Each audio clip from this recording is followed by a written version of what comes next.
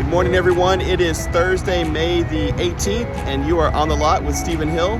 Wanted to show off this Byron Blue Range Rover. Let's check it out together.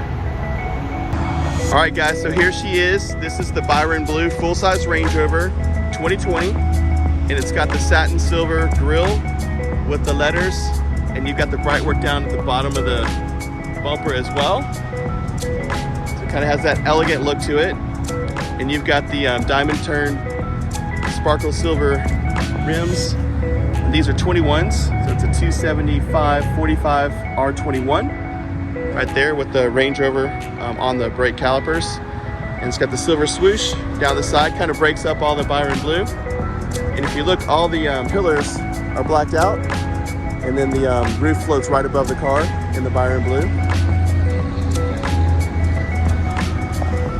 And it is the P400, so they changed the labeling where now it says P400. So this is the 6-cylinder with 395 horsepower. And I do believe that we're going to be selling this car certified pre-owned. I'll get you details on that. Currently the vehicle is in access height.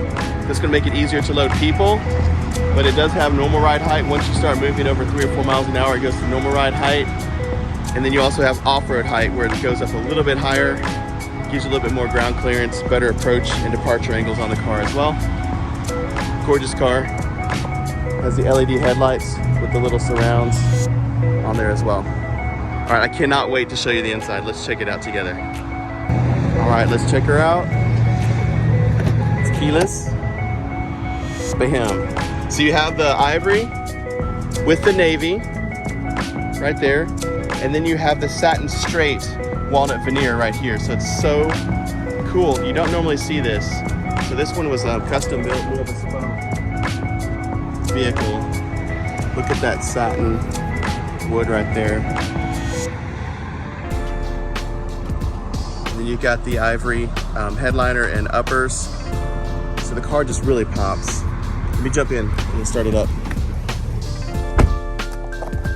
All right, we're gonna fire her up. So current mileage is 36,177. Okay, 36,177. And it does have the adaptive cruise control, heated steering wheel. Our little driver nanny, she's helpful, but I don't like her. I usually drive with her off. Air feels good. It's about 90 degrees out there today. And then you also have, check it out, you got the air conditioned and heated seats. I kind of preset these up, so that would work for the video. And then also in the back, air conditioned and heated seats. So this one's pretty nicely equipped. I'm gonna turn that off, it's getting cold. There you go. And then you also have your terrain response. So you can pop this up and you can rotate around to grass, gravel, snow, or mud ruts, sand, rock crawl. Take it over to eco. And then you have dynamic. If you're feeling a little bit froggy, put it in dynamic. Push this all the way to sport. And you can paddle shift. This is the upshift and the downshift right there. I'll put it in park before I forget. And then if you do just want to leave it alone, just put it down into auto. It's going to choose for you. And then you can also raise the car up. So I'm going to do that now. I'm going to take it up 2 levels. So when I jump out, you'll be able to see it all the way up. And then again, check out the wood. The Brits don't like us to have cup holders in our cars. They think we should stop and dine in a cafe and drink our tea. But we like to have our Starbucks or our Whataburger. And also, you put your pistol or sunglasses right there. And then these compartments up here, this has the CD player, old school. I still have some CDs that I listen to, I'll admit. And then you got your owner's manual down here in the lower glove box. These are both lockable with a 4-digit pin that you'll enter here. It does have Apple CarPlay as an option. Let me go over there. Then you get your nav media phone. And it does have the refrigerator under the armrest with the USBs, an old school circle charger right there.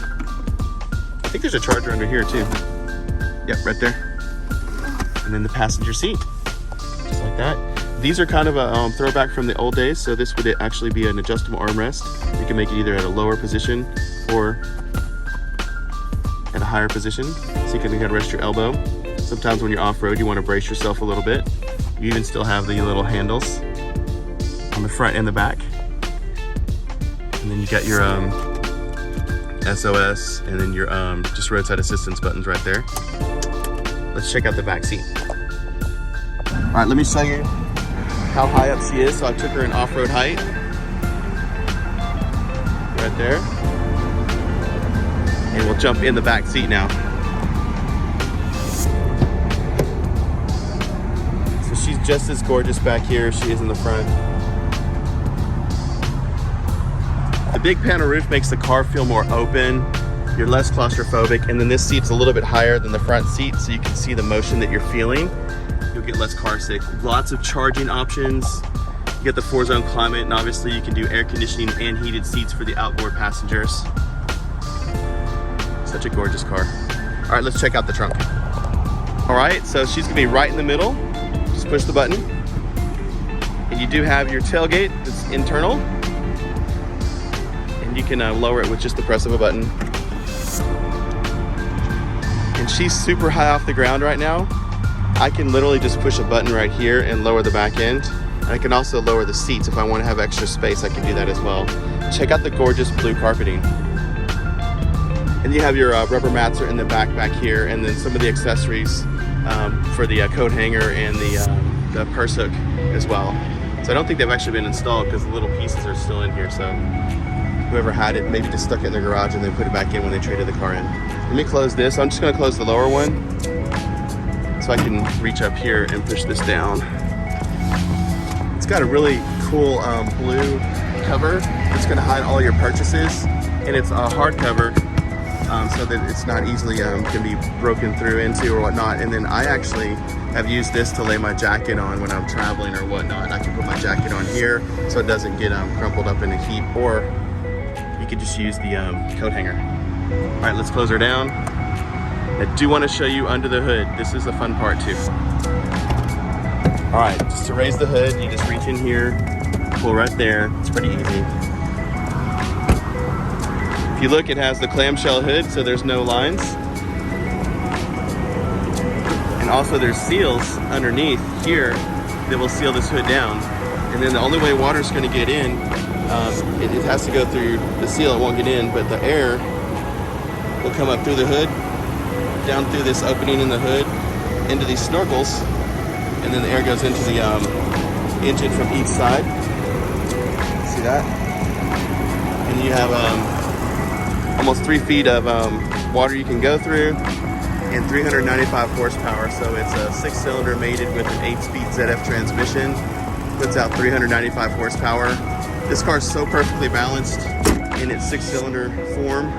The V8 is a little more powerful, but it feels a little bit front heavy. You got to push on the brakes a little bit more when you're stopping the car just because of that extra weight. I think the 6 is just about perfect. Guys, thanks so much for watching. I took a lot of photos that are going to roll out right after this video. So take a moment, watch those. Make sure you subscribe and like. And remember that you're on the lot with Stephen Hill at Jaguar Land Rover, Southwest Houston.